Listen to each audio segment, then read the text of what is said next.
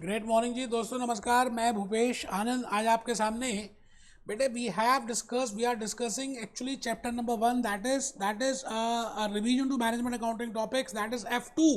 हम F2 कर रहे हैं और F2 में there are 6 topics which we have seen. मैंने last third topic number 3, that is traditional costing methods क्या होते हैं और उसमें मार्जिनल कॉस्टिंग क्या है, कॉस्ट शीट क्या है, प्रोसेस कॉस्टिंग, मैंने सभी बातों को बताने की कोशिश की लास्ट 8 लेक्चर्स में। बेटा ये लेक्चर नंबर 9 है जो मैं आपको करा रहा हूँ। This is revision on management accounting MA topics F2। आप कर रहे हैं F5 के लिए, बट इसका जानकारी होना कंपलसरी है बिकॉज जो जो नया चैप्टर में स्टार्ट करूंगा that is named as CVP analysis, that is limiting factors, that is pricing decisions। बेटे वो सभी के लिए आपका बेस होना कंपलसरी है। चैप्टर 1 में there are 6 topics which we have to discuss. मैंने ऑलरेडी आज के बाद there will be I have already discuss 3 topics. Standard costing रह गया, वो मैं स्टैंडर्ड कॉस्टिंग के साथ करूंगा। परफॉर्मेंस रह गया, that is controllable cost, I will be doing along with performance. And flexible budget रह गया, I will be doing along with budgeting. तो वो because they have separate chapters, तो मैं उनके साथ डिस्कस करने वाला हूँ।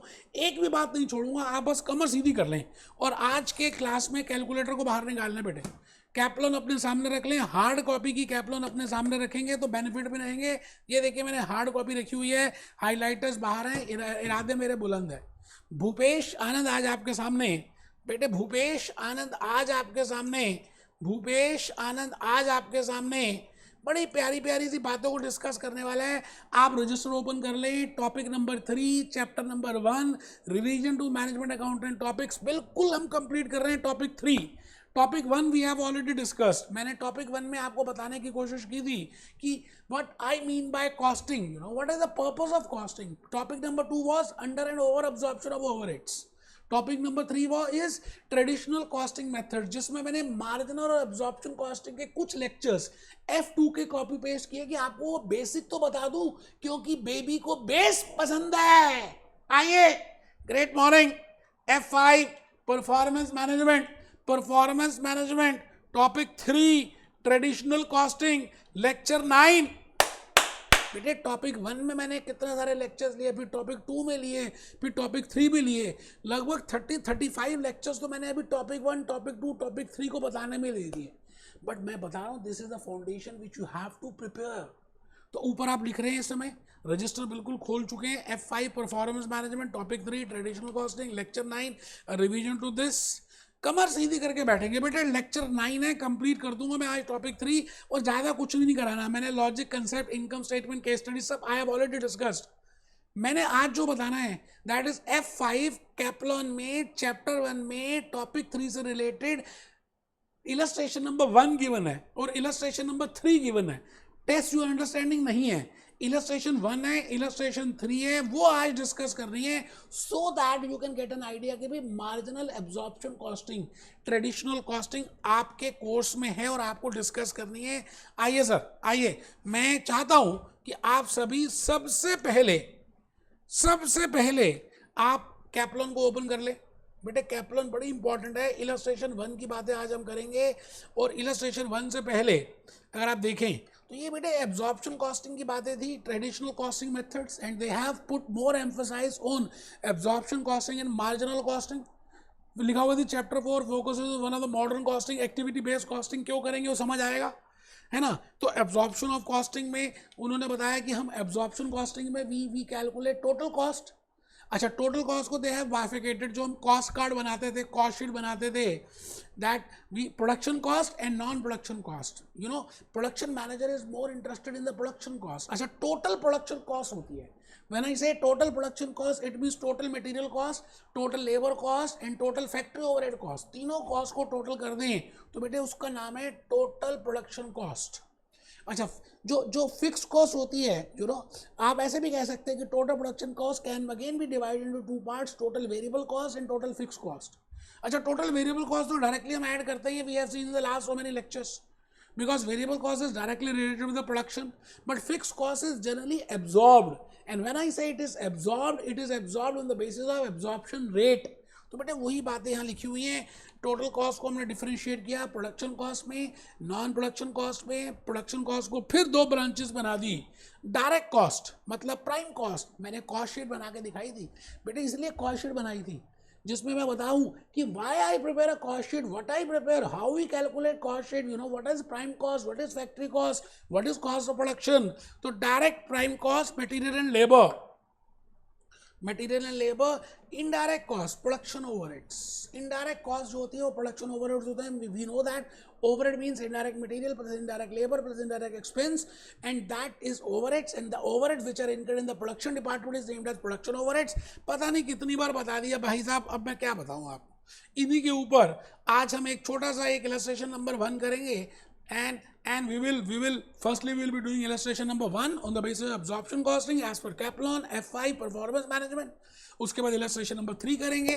तो टॉपिक 1 2 3 ऑफिशियली मेरा कंप्लीट हो जाएगा, और मैं नेक्स्ट चैप्टर बेटे आने वाले जो नया चैप्टर है, चैप्टर नंबर 5 6 7 8, इकट्ठे 4 चैप्टर्स करने वाला हूँ। CVP analysis, limiting factors, pricing decisions, और लास्ट में हम कुछ डिसीजंस लेंगे on the basis of relevant cost. आइए सर, आइए उन सभी के लिए। A company, Saturn company, a chocolate manufacturer, जैसे हमारे इंडिया में नेस्ले है, तो ऐसी कंपनी है जी सैटर्न, अ चॉकलेट मैन्युफैक्चरर। 3 तरह के चॉकलेट्स बनाती है, 3 तरह के प्रोडक्ट्स बनाती है, Sky Bar, Moon Egg and Sun Bar. एक तो Sky Bar, Moon Egg and Sun Bar, 3 तरह की चॉकलेट बनाती है।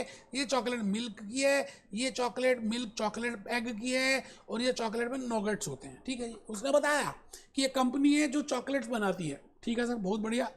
Information relating to the products is as follow, जो कहता है जी निम्नलिखित कुछ बातें और बताई जा रही हैं।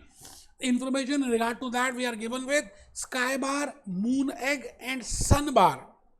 Direct labour cost per unit, direct labour cost per unit, एक unit, material cost per unit, actual sales production in unit, direct labour hours per unit, direct machine hour per unit, selling price per unit, actual production overheads $80,000। आराम से मैंने कहा sir आपको मैं ये lecture number 9 में illustration number 1 और illustration number 3 which is related with traditional costing methods, मैं उसको डिस्कस कर रहा हूँ।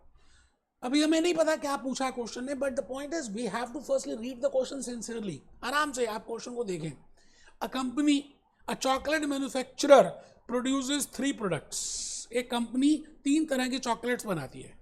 अच्छा, वो चॉकलेट्स बनाने के लिए लेबर का खर्चा ये है, मटेरियल का खर्चा ये है, प्रोडक्शन इतनी है, प्रोडक्शन और सेल्स मतलब जितनी यूनिट्स प्रोड्यूस की उतनी सेल है। ओके, लेबर आवर्स, एक यूनिट को बनाने में लेबर आवर्स लग रहे हैं 0.001, 0.01, 0.005। मशीन आवर्स पर यूनिट, एक यूनिट को बनाने में 0.01 आवर्स लग रहे हैं, 0.04 आवर्स लग रहे हैं, 0.02 आवर्स लग रहे हैं। अगर आप ध्यान से देखें, लेबर आवर्स ज़्यादा लग रहे हैं या मशीन आवर्स ज़्यादा लग रहे हैं, प्रोमिनेंट क्या है, लेबर आवर्स या मशीन आवर्स? अगर आप ध्यान से देखें तो बेटे स्काई बार, मून एग, सन बार, इन दोनों को कंपेयर करें तो मुझे ऐसा लगता है कि labour hours are less prominent as compare to machine hours, क्योंकि मशीन के घंटे ज़्यादा लग रहे हैं, मशीन के आवर्स ज़्यादा लग रहे हैं, मशीन का टाइम ज़्यादा लग रहा है एज कंपेयर टू लेबर। तो क्या मैं ये कह सकता हूँ whether it is machine intensive और लेबर इंटेंसिव? बेटे दिस इज मशीन इंटेंसिव, ये इसमें मशीन्स का काम ज़्यादा है। तो आराम से एनुअल प्रोडक्शन $80,000 है। यूजिंग, वो कहता है using traditional absorption costing we have discussed, we have devoted 8 lectures in regard to marginal costing and absorption costing। तो वो तो ट्रेडिशनल है, क्योंकि चैप्टर नंबर 4 में we have to discuss the new methods, ABC की बातें करेंगे, लाइफ साइकिल कॉस्टिंग की बातें करेंगे। तो कहता है कि उसके हिसाब से फुल प्रोडक्शन कॉस्ट। अच्छा, प्रोडक्शन कॉस्ट का मतलब क्या है? आप उसमें प्रोडक्शन कॉस्ट का मतलब समझ लीजिए प्राइम कॉस्ट या फैक्ट्री कॉस्ट, ऐसा मान लीजिए फैक्ट्री कॉस्ट। फैक्ट्री कॉस्ट का मतलब क्या है? उसमें मटेरियल भी आता है, डायरेक्ट लेबर भी आता है, डायरेक्ट एक्सपेंसेस भी आता है, प्लस प्रोडक्शन ओवरहेड्स भी आते हैं, या फैक्ट्री ओवरहेड्स कह देते हैं, जो हमने कॉस्ट कार्ड बनाया था, कॉस्ट शीट प्रिपेयर की थी। ठीक है sir. And profit per unit, वो कहता है जी एक तो उसकी कॉस्ट निकालिए और प्रॉफिट निकालिए, उसके बाद अपने ऊपर as a ACCA you have to give the comments on that. अब इसमें से आप दो तरह के बच्चे हो सकते हैं, वो कहेंगे एक तो इलस्ट्रेशन है और एक ये चैप्टर 1 की है, उसमें रिवीजन है, बकवास है, मत करो बेटे। आपको मैं रिपीट कर रहा हूँ कि आपने इलस्ट्रेशन नंबर 1 और 3 चैप्टर 1 की कंप्लीट करनी है, तभी आपको chapter 5 onwards, chapter 6, chapter 7, chapter 8, 4 chapters तभी समझ आने वाले हैं।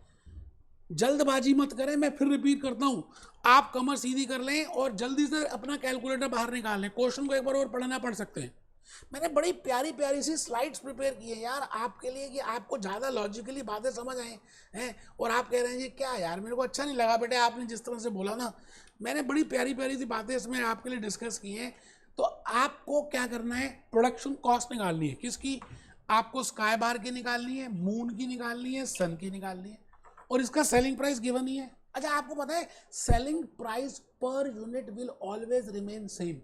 एक यूनिट को, जैसे कैलकुलेटर है, इसको बेचने का, एक यूनिट को बेचने का सेलिंग प्राइस सेम रहता है। Variable cost per unit will remain same. अच्छा अभी तक ये भी सीख लिया होगा, contribution per unit, that is sales minus variable cost is equal to contribution. Contribution per unit will also remain same. मेरी बात आप समझ रहे हैं, selling price per unit will remain same, variable cost per unit will remain same, and contribution per unit will remain same. ये बात तो ठीक है ना। अच्छा मैं अगर कहूँ फिक्स्ड कॉस्ट, बेटे fix cost per unit same नहीं रहता, मैंने आपको डायग्रामेटिकली ग्राफ से भी बना के दिखाया है। Total fix cost remain same, but जब आपको प्रोडक्शन कॉस्ट कैलकुलेट करनी है, when you want to calculate production cost, तो उस केस में जब हम प्रोडक्शन ओवरहेड्स को भी लिखते हैं तो बेटे वो एब्जॉर्ब्ड प्रोडक्शन ओवरहेड्स होते हैं, because we want to calculate total production cost. एक बच्चा कहता सर क्या बोल रहे हैं बेटे, मैंने आपको अंडर ऑब्जॉर्प्शन, ओवर ऑब्जॉर्प्शन में बताया, marginal costing this traditional costing method से बताया। मैं जस्ट वैसे ही हल्का सा एक दो बातों को रिवाइज करना चाह रहा था तो मैंने बता दिया। आइए सर प्लीज एक बार देख लें, एक कंपनी चॉकलेट बना रही है, 3 तरह की चॉकलेट्स हैं, उनका सेलिंग प्राइस है, उनकी लेबर कॉस्ट है, उनका मटेरियल कॉस्ट है, प्रोडक्शन यूनिट्स हैं, लेबर आवर्स हैं, मशीन आवर्स हैं, सेलिंग प्राइस है, actual production, annual production overheads हैं, using a traditional absorption costing. Answer जो है वो है ही। अब आप में से बड़े सारे समझदार होंगे जो कहेंगे आंसर तो दिया हुआ, बेटे आंसर तो हर चीज का दिया होता है, कैप्लन में भी दिया होता है, बीबीबी में भी दिया होता है, तब भी इतने सारे बच्चे F5 में फेल हो जाते हैं। मैक्सिमम फेलिंग परसेंटेज F5 में है, परफॉर्मेंस मैनेजमेंट में है, स्किल लेवल की बात करें तो। आपका ध्यान इस समय बड़ा इंपॉर्टेंट है बेटे, मैं फिर रिपीट करूंगा, आगे आपकी मर्जी है, लाइफ आपकी है बेटे। आपको पेमेंट करनी है बार एग्जामिनेशन फीस की। अगर आप सिंसियर होंगे तो आप रजिस्टर ओपन करेंगे और आप लिखना शुरू करेंगे। इलस्ट्रेशन नंबर 1 इस समय हम कर रहे हैं F5 कैप्लॉन। मैंने कुछ प्यारी प्यारी सी बातें आपके लिए लिखी है कि आपको थोड़ा सा समझ आएगी क्या है ये बातें। तो हेडिंग है जी, points to be kept in mind in traditional costing methods. We have already seen what I mean by traditional costing. गुजरा हुआ जमाना को याद करा रहा है मुझको, स्कूल की बातें याद आ रही है यार। स्कूल में क्या करते थे, स्कूल की कैंटीन, स्कूल का पीटी पीरियड, स्कूल के मस्ती, स्कूल का ये, आपको पुरानी बातें याद करा रहा हूं, आपको ट्रेडिशनल कॉस्टिंग मेथड्स के बेसिस में। ऊपर हेडिंग लिख रहे हैं आप, points to be kept in mind in traditional costing methods. आपको आता है तब भी, नहीं आता तब भी आप लिखेंगे first point cost card, or I can say it as a cost sheet. In this topic only, in lecture number 2 or 3, I discuss about cost sheet. Again I want to discuss about cost card because I have to prepare a cost card, and in that I have to calculate the production cost of these 3 types of chocolates. So मैंने लिखा cost card or cost sheet is a card or a sheet which shows, जैसे report card आपके अलग अलग subject के marks बताती है, आपकी मंथली, आपका हाफ ईयरली, इसी तरह से कॉस्ट कार्ड, कॉस्ट शीट आपको प्राइम कॉस्ट बताती है, प्रोडक्शन कॉस्ट बताती है, नॉन प्रोडक्शन कॉस्ट बताती है, फैक्ट्री कॉस्ट बताती है, कॉस्ट ऑफ प्रोडक्शन बताती है, अलग अलग तरह की कॉस्ट बताती है। ठीक है जी, तो आपको पता है, मुझे मालूम है, I know that you know, but you should write it down my dear friends. First point is, because I want to build your concepts very good, you know, cost card or cost sheet is a card or a sheet which shows prime cost, production cost, total cost of production and total cost of sales. Prime cost, production cost, total cost of production and total cost of sales. Prime cost, production cost, total cost of production and total cost of sales. अलग अलग तरह की cost बताती है, मोटी सी बात ये है. सेकेंड पॉइंट, अभी एक इलस्ट्रेशन 1 से रेलेवेंट था या नहीं मुझे नहीं पता, मेरे मन में आया एक बार आपको बताने के लिए तो मैंने बताया और आपने लिखा. Point number 2, there are some points to be taken into account.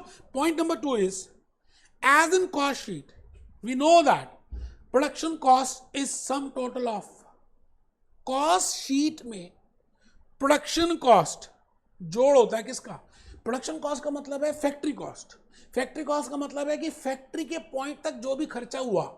अच्छा, फैक्ट्री के पॉइंट तक तो डायरेक्ट मटेरियल खर्च हो चुका होगा, डायरेक्ट लेबर भी खर्च हो चुका होगा, डायरेक्ट एक्सपेंसेस भी खर्च हो चुके होंगे, प्राइम कॉस्ट भी आ चुकी होगी, और उस प्राइम कॉस्ट के बाद फैक्ट्री में जो खर्चे हुए that is factory overheads, that is production overheads, वो भी खर्च हो चुके होंगे. और फिर टोटल जो आया उसको हमने बोला फैक्ट्री कॉस्ट और प्रोडक्शन कॉस्ट. आई थिंक आप समझ रहे हैं. तो आप सेकेंड पॉइंट सब बच्चे लिख रहे हैं, as in cost sheet we know production cost is sum total of direct material, that is factory cost is sum total of, lecture number 2 में डिस्कस किया था, plus direct labour plus absorbed production और factory overheads. जान के मैंने absorb को दूसरे रंग में लिख दिया, गुलाबी रंग दे, गुलाबी दुपट्टा मेरा. Direct material is a variable cost, direct labour is a variable cost, direct expenses which I have not written again it is a variable cost, plus absorbed factory overheads. बेटे एब्जॉर्ब्ड, मैं आपका ध्यान बार बार एब्जॉर्ब्ड में देना चाहता हूं. अभी तक आपने 8 लेक्चर्स किए, एब्जॉर्प्शन का मतलब आपको समझ आ चुका है. एब्जॉर्ब्ड कैसे निकालते हैं पता है आपको?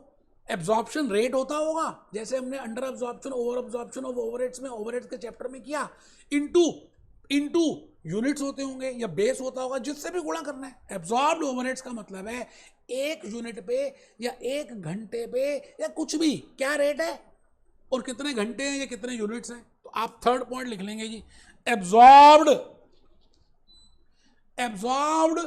Production overheads is equal to absorption rate into units produced. मैंने अज्यूम किया कि एब्जॉर्प्शन रेट में यहां पर कोई बेस होगा. अब एब्जॉर्प्शन रेट देखिए यूनिट्स में भी आ सकता है, आवर्स में भी आ सकता है, वो डिपेंड करता है कि क्वेश्चन में कुछ हिंट दिया हुआ है.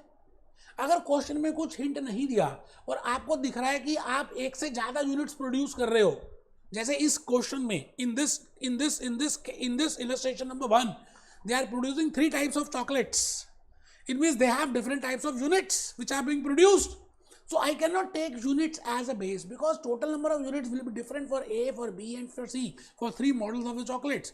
So it is advisable कि अगर एक से ज़्यादा आप units produce कर रहे हो, मतलब एक से ज़्यादा टाइप ऑफ प्रोडक्ट्स प्रोड्यूस कर रहे हो, तो बेटे उस केस में यूनिट्स को बेस नहीं लेना चाहिए. In that case we should not take base as units.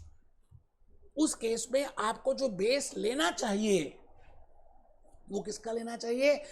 Hours का, आवर्स का. अब डिपेंड करता है कि वो आवर्स मशीन आवर्स हैं या लेबर आवर्स हैं, वो भी हम देख लेंगे. Absorbed production overheads is equal to absorption rate bracket में units slash hours. Now this absorption rate can be on the basis of units. बेटा ये तो नॉर्मल एक फॉर्मूला दिया ना, इस क्वेश्चन में हम यूनिट्स का नहीं लगाएंगे बिकॉज एक से ज़्यादा तरह के प्रोडक्ट्स हैं. ठीक है जी, इनटू यूनिट्स प्रोड्यूस्ड. ठीक है सर, बहुत बढ़िया.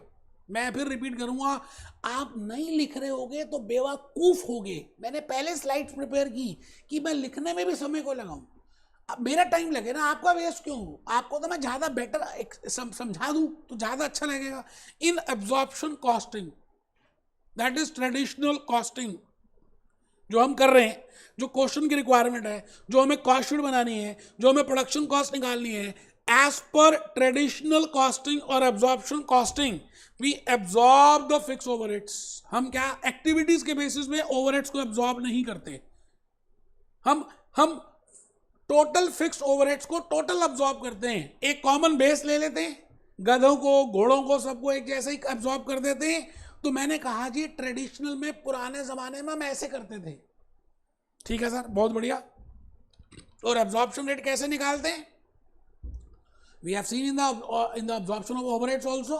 We have seen in the absorption costing also, numerator upon denominator. And when I say numerator, it is production overheads, the fixed production overheads divided by the base. क्योंकि baby को base पसंद है ना, base can be units और base can be hours. When I say hours, it can be machine hours और labor hours. एक बच्चा कहता तीनों ले ले, थप्पड़ मारूंगा तेरे मुंह पे, तीनों ले ले. Either you will take units or you will take labor hours or you will take machine hours. But in this question we cannot take units because there are more than one type of product. So either we have to take labor hours or either we have to take machine hours. But in this question I will be taking machine hours because if while reading the question, जब मैं question पढ़ रहा था उस समय भी मैंने आपको बताया था कि लेबर का टाइम कम लग रहा है एक यूनिट को बनाने में एज कंपेयर टू मशीन.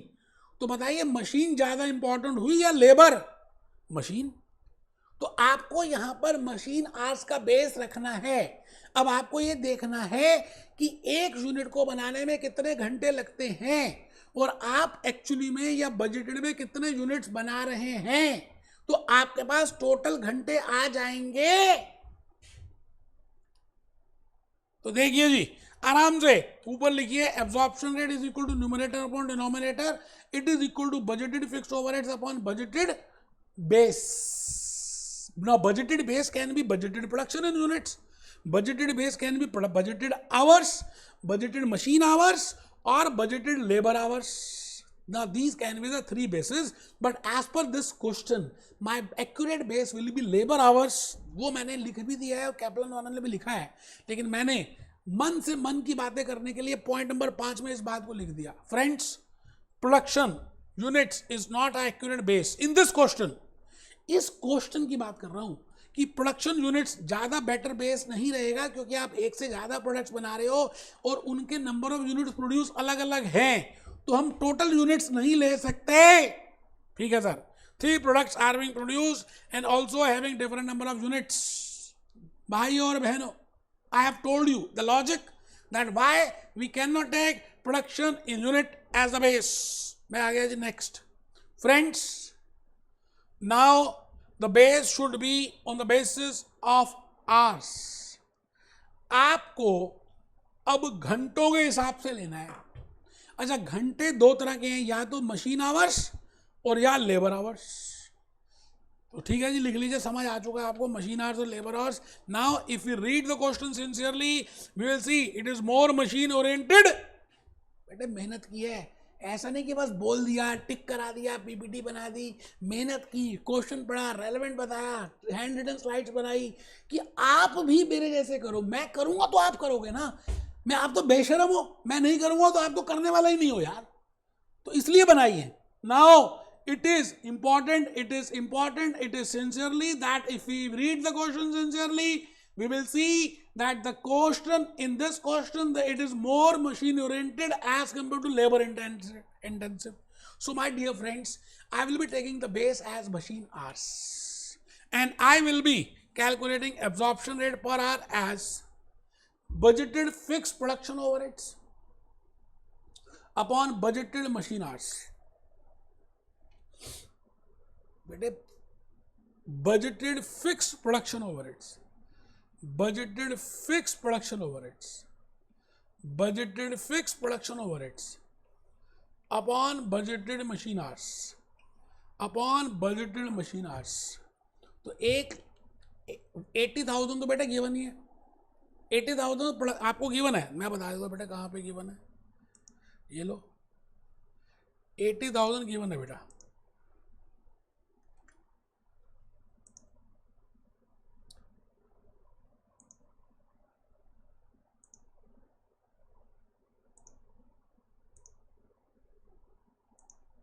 लो बेटे ये देखो, ये 80,000 तो गिवन ही था. अच्छा अब देखो, एक यूनिट को बनाने में मशीन के इतने लग रहे हैं और कितने यूनिट्स बना रहे हैं जी, 5 लाख. ठीक है, मैं कलर थोड़ा सा चेंज करता हूँ कि आपको थोड़ा सा और ज़्यादा समझ आ जाए. एक यूनिट को बनाने में इतने टाइम लग रहा है और इतने यूनिट बना रहे हैं. एक यूनिट को बनाने में इसको ये इतना टाइम लग रहा है और इतने यूनिट्स बना रहे हैं. एक यूनिट को बनाने में इतना लग रहा है और इतने यूनिट बना रहे हैं, तो 5 लाख इंटू 0.01, 1,50,000 इंटू 0.04, 2,50,000 इंटू 0.02। आप इन तीनों को टोटल कर दें, जब आप इन तीनों को टोटल करेंगे तो बेटे आपके पास टोटल बजटेड मशीन आवर्स आ जाएंगे, और वो आएंगे कितने, वो आएंगे बेटे 16,000 आवर्स। करके देख लो भाई साहब, मैं रुक गया हूं, आप सभी करेंगे, कैलकुलेटर से कैलकुलेट करेंगे। I want to calculate absorption rate per hour because per machine hour, because machine hours are more prominent, and for that numerator upon denominator, I think यहाँ तक बात बिल्कुल क्लियर है। मैं आगे आ गया जी, बस लास्ट हेडिंग लिख रहे हैं बेटे। अभी मैंने स्प्रेडशीट से करा ना, जब आप स्प्रेडशीट से करोगे ना, जब तक आपने हाथ से नहीं किया होगा स्प्रेडशीट से हो ही नहीं पाएगा। तो लिखिए cost card of Saturn, Sky, Moon and Sun. Direct material तो गिवन ही है, डायरेक्ट लेबर भी गिवन है। अच्छा, डायरेक्ट मटेरियल और डायरेक्ट लेबर को ऐड कर दें तो बेटे इस फिगर को बोलते हैं prime cost. But we don't have to calculate prime cost, rather we have to calculate production cost. तो प्रोडक्शन कॉस्ट का मतलब है फैक्ट्री कॉस्ट, उसमें हम एक और नई चीज ऐड करते हैं, that is production fix production overheads. वो मैंने ऐड कर दिया, तो यहां पर जो चीज आएगी हम उसको कहते हैं, it is named as production cost, that is 0.29, 0.53 and 0.38। Selling price आपके पास है ही बेटे, सेलिंग प्राइस है, सेलिंग प्राइस में से आप प्रोडक्शन कॉस्ट लेस कर दें, the balancing figure will be profit और लॉस। ये आपके सामने, मैं चाहता हूं बेटे आप इसको थोड़ा सा करेंगे तो लॉजिकली बात ज़्यादा समझ आएगी। Cost card of Saturn, direct material, direct labour, absorbed production overheads, फिर आ गया जी प्रोडक्शन कॉस्ट, फिर सेलिंग प्राइस भी गिवन है। प्रोडक्शन कॉस्ट आपने निकाल लिया तो सेलिंग प्राइस में से प्रोडक्शन कॉस्ट लेस कर देंगे तो प्रॉफिट और लॉस आएगा। आप देखिए पहले केस में, स्काई के केस में प्रॉफिट आ रहा है, अच्छा दूसरे केस में, मून के केस में लॉस आ रहा है, ब्रैकेट का मतलब कोट्स का मतलब लॉस एक यूनिट पे। सन के केस में प्रॉफिट आ रहा है, इट मीन्स स्काई में प्रॉफिट पर यूनिट है $0.21 और 21 सेंट्स। अच्छा, सन के केस में भी प्रॉफिट है 5 सेंट्स और $0.05, and in case of Moon there is a loss of $0.08 और 8 सेंट्स। अगर मोटा मोटी देखें और आपसे मैं कहूँ you are a global chartered accountant, ACC sir please tell me whether we have to produce, अभी हम आगे क्वेश्चंस चैप्टर्स करेंगे, chapter 5, chapter 6, chapter 7, chapter 8, where you have to take the decisions that which product should be continued and which product should be discontinued. So अगर if you see prima facie on the basis of traditional cost methods, you will advise rather that you should produce first product, that is sky, you should continue with sun, but you should not continue with moon, you should discontinue moon। आपको moon जैसे product को बंद कर देना चाहिए क्योंकि उसको बनाने में नुकसान हो रहा है, और सन को बनाने में, स्काई जैसे यूनिट को बनाने में प्रॉफिट हो रहा है। My dear friends, this is as per traditional costing methods. अच्छा, ये जरूरी नहीं है कि ये ठीक आप कर रहे हैं, क्या पता कुछ एक्टिविटीज ऐसी हो रही हैं जो सन में ज़्यादा हो रही हैं और स्काई में ज़्यादा हो रही हैं, बट आप एक्टिविटी बेसिस पे तो अब्जॉर्ब कर ही नहीं रहे overheads, you are absorbing on a common base.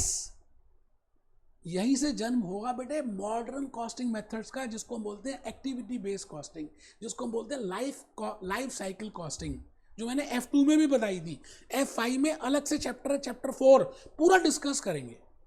तो मैंने कुछ इंटरप्रिटेशंस लिखी हैं, आपको मैं चाहता हूं कि आप मेरी बात को सुने, फिर कैप्लोन को पढ़ेंगे तो ज़्यादा समझ आएगा। मैं फिर रिपीट करता हूं, मैं आपसे ये कहना चाहता हूं कि बेटे ट्रेडिशनल मेथड्स ठीक होंगे, लेकिन अगर आजकल का ज़माना देखें, आजकल के दौर की बात देखें, in this modern era, you know activities are playing a very important role.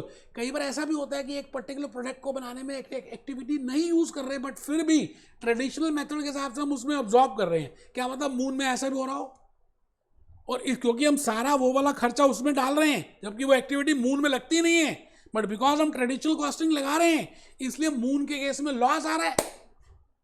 अब बेटे otherwise it in reality it may be a profitable product, but because you are following a traditional costing method, you may say that to discontinue with that, So I will say, my dear friends, this is traditional costing method is not a better method to answer. Hence there comes alternative modern methods which we will be doing in chapter number 4. तो आपको मैंने यहाँ पे लिखा sky स्कन को ठीक है, moon ठीक है. Hence we have to follow, we have to decide on the basis of activity based costing or the modern costing. कहने का मीनिंग है कि why modern methods are better as compare to traditional, ये बात हमने सीखी है. मैं भूपेश आनंद इलस्ट्रेशन नंबर 1 से आपको काफ़ी सारी बातें मुझे ऐसा लगा मैंने बताई. वो बात अलग है कि आपने रजिस्टर में, आपने कैलकुलेटर से आपने नोट किया नहीं की. बेटे करत करत अभ्यास से जड़मती हो तो सुजान, रसरी आवत जावत से सिल पर परत निशान. करना तो पड़ेगा अगर आपको F5 में फर्स्ट अटेम्प्ट में सक्सेस चाहिए. मैं आ गया जी इलस्ट्रेशन नंबर 3. पहले हम पढ़ेंगे और फिर हम उसको डिस्कस करेंगे कि क्या मैं कहना चाहता हूं आपको इलस्ट्रेशन नंबर 3 में. आइए कैप्लॉन कैप्लॉन, आइए मेहरबान मेहरबान कदरदान, आइए मार्जिनल कॉस्टिंग की बातें करेंगे. और बेटे आपको पता है मार्जिनल, मैंने लास्ट 8 लेक्चर्स में मार्जिनल की इनकम स्टेटमेंट, मार्जिनल की रिकंसिलिएशन, एब्जॉर्प्शन की income statement, why there is a difference, inventory का क्या क्या सब बताया. ये तो आज का लेक्चर बोनस है कि मेरे को लगा यार इलस्ट्रेशन 1 और 3 में कैप्लॉन की करा दूं F5 की, कि बच्चों को ऐसा लगे कि खाली F2 करा MA के लेक्चर्स करा रहा हूं. बेटे चैप्टर 1 में तो बेस बनाना है, क्योंकि बेबी को बेस पसंद था. मार्जिनल कॉस्टिंग, अच्छा आप पढ़ लो भाई साहब, मैंने पता नहीं कितनी बार बता दी भाई साहब. एक ऐसी कॉस्टिंग जहां पर, एक ऐसी टेक्निक जहां पर हम मार्जिनल कॉस्टिंग को लेते हैं. I will say marginal costing is a technique of calculating cost. Absorption costing is a technique of calculating cost. Activity based costing is a modern technique of calculating cost. Historical cost is a technique of calculating cost. Standard costing is a technique of calculating cost. Methods अलग थे, cost sheet, job cost sheet, batch, process, contract, वो methods हैं. These are techniques. So we have just discussed absorption costing as a technique. अब हम discuss करने वाले हैं marginal costing as a technique. तो मार्जिनल कॉस्टिंग में सबसे बड़ा इंपॉर्टेंट रोल किसका आता है बेटे? कंट्रीब्यूशन का. That is sales minus variable cost. एक यूनिट की सेलिंग प्राइस में से एक यूनिट का वेरिएबल कॉस्ट अगर कम कर दिया जाए तो जो डिफरेंस आएगा उसका नाम है कंट्रीब्यूशन पर यूनिट. पता है आपको यार? इलस्ट्रेशन नंबर 3 में आ जाओ जी सीधा. अ कंपनी मैन्युफैक्चर्स, एक कंपनी मैन्युफैक्चर कर रही है एक प्रोडक्ट. ठीक है जी, एक company is manufacturing one product. इस प्रोडक्ट का नाम है XY. इसकी सेलिंग प्राइस, इस प्रोडक्ट की सेलिंग प्राइस $20 है. मटेरियल कॉस्ट पर यूनिट, एक यूनिट को बनाने में $6 लगते हैं. एक यूनिट को बनाने में लेबर कॉस्ट लगती है $2. और आपको पता है वेरिएबल कॉस्ट होती है, direct material is a variable cost, direct labour is a variable cost. And when I say variable cost, it means variable cost per unit will remain same, selling price per unit will remain same. And when I deduct variable cost from selling price, the balancing figure will be contribution per unit. ये बात सब पता है आपको. Variable production overheads $4. अब बेटे production overheads can be variable और can be fixed. अच्छा फिक्स होंगे तो हम एब्जॉर्ब करते हैं, वो पता है आपको, मैंने अभी इलस्ट्रेशन नंबर 1 में बताया. कंट्रीब्यूशन पर यूनिट, ये देखो जी 6 + 2 8 और 4 12, 20 में से 12 चले गए तो $8. बड़ा सिंपल है, यहाँ तक तो दिक्कत ही नहीं है. फिक्स कॉस्ट आपको दी हुई है $25,000 की. अच्छा आपको पता है total fix cost always remain same. Fix cost per unit will change, जो मैंने आपको लेक्चर 1 2 3 में इसी टॉपिक में बताया और आपको कॉस्ट क्लासिफिकेशन में भी बताया. अच्छा कंप्लीट द फॉलोइंग टेबल. वो कहता है जी एक टेबल दिया है, इसकी आप टेबल को कंप्लीट कर दीजिए. मतलब अगर हम 2500 यूनिट्स बनाएं, 5000 यूनिट्स बनाएं, 7500 बनाएं और 10,000 बनाएं, तो आप ये फिलिंग द ब्लैंक कर दो, मतलब भर दो.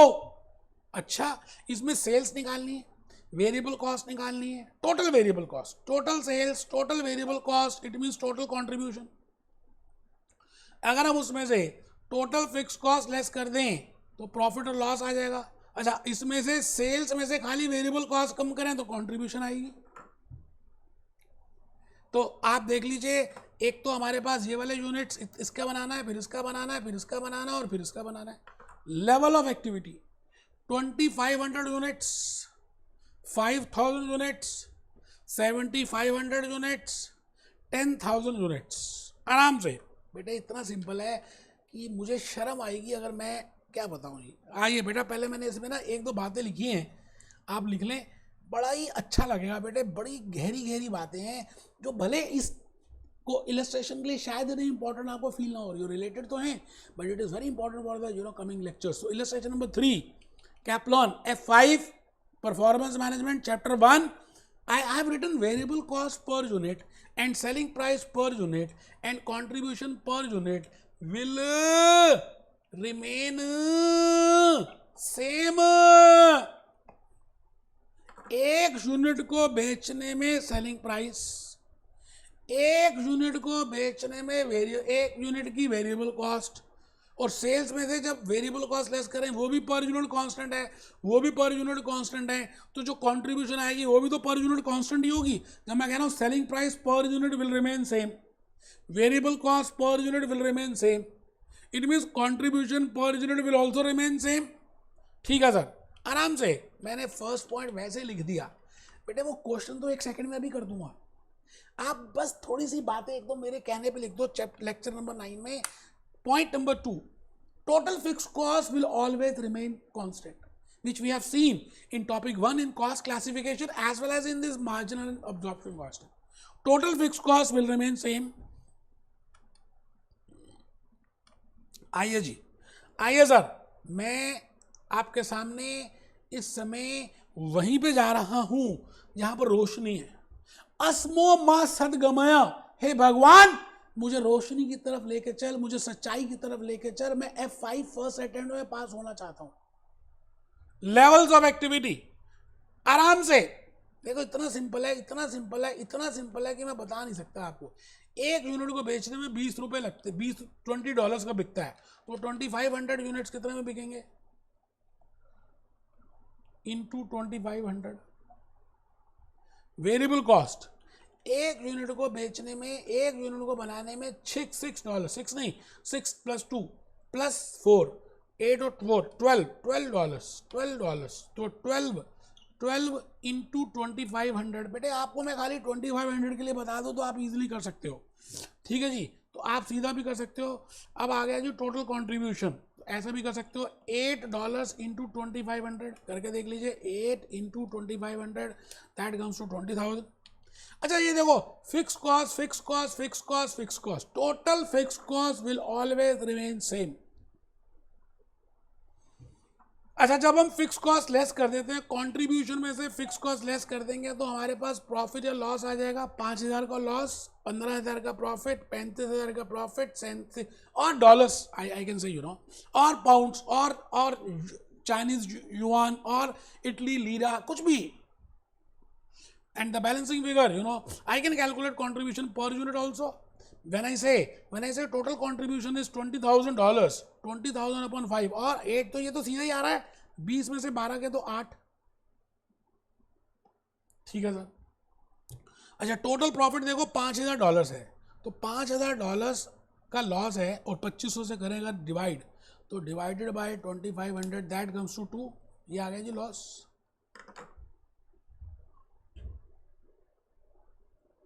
मुझे लगता है कि शायद मैं अपनी बात को रख सका हूं, आपको बता पाया हूं. मैं भूपेश आनंद खड़ा होकर पढ़ा रहा हूं इस समय, फुल एनर्जी के साथ आपको बातें बताना चाहता हूं. टॉपिक नंबर 3 हम डिस्कस कर रहे हैं बेटे. मोस्ट इंपॉर्टेंट टॉपिक 1, 2, 3 हमने डिस्कस किया है. इसके बाद मैं सीधा छलांग मारूंगा. I will not be doing chapter number 2, I will not be doing chapter number 3, I will not be doing chapter number 4.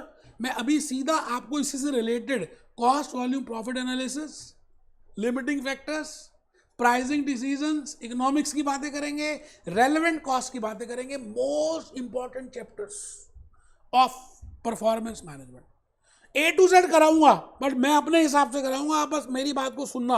अभी चैप्टर 1 में 3 टॉपिक्स रहते हैं, वो मैं उन चैप्टर के साथ कराऊंगा बेटे. मिलते हैं बेटे. Bhupesh Anand. Be happy, be jolly, be cheerful.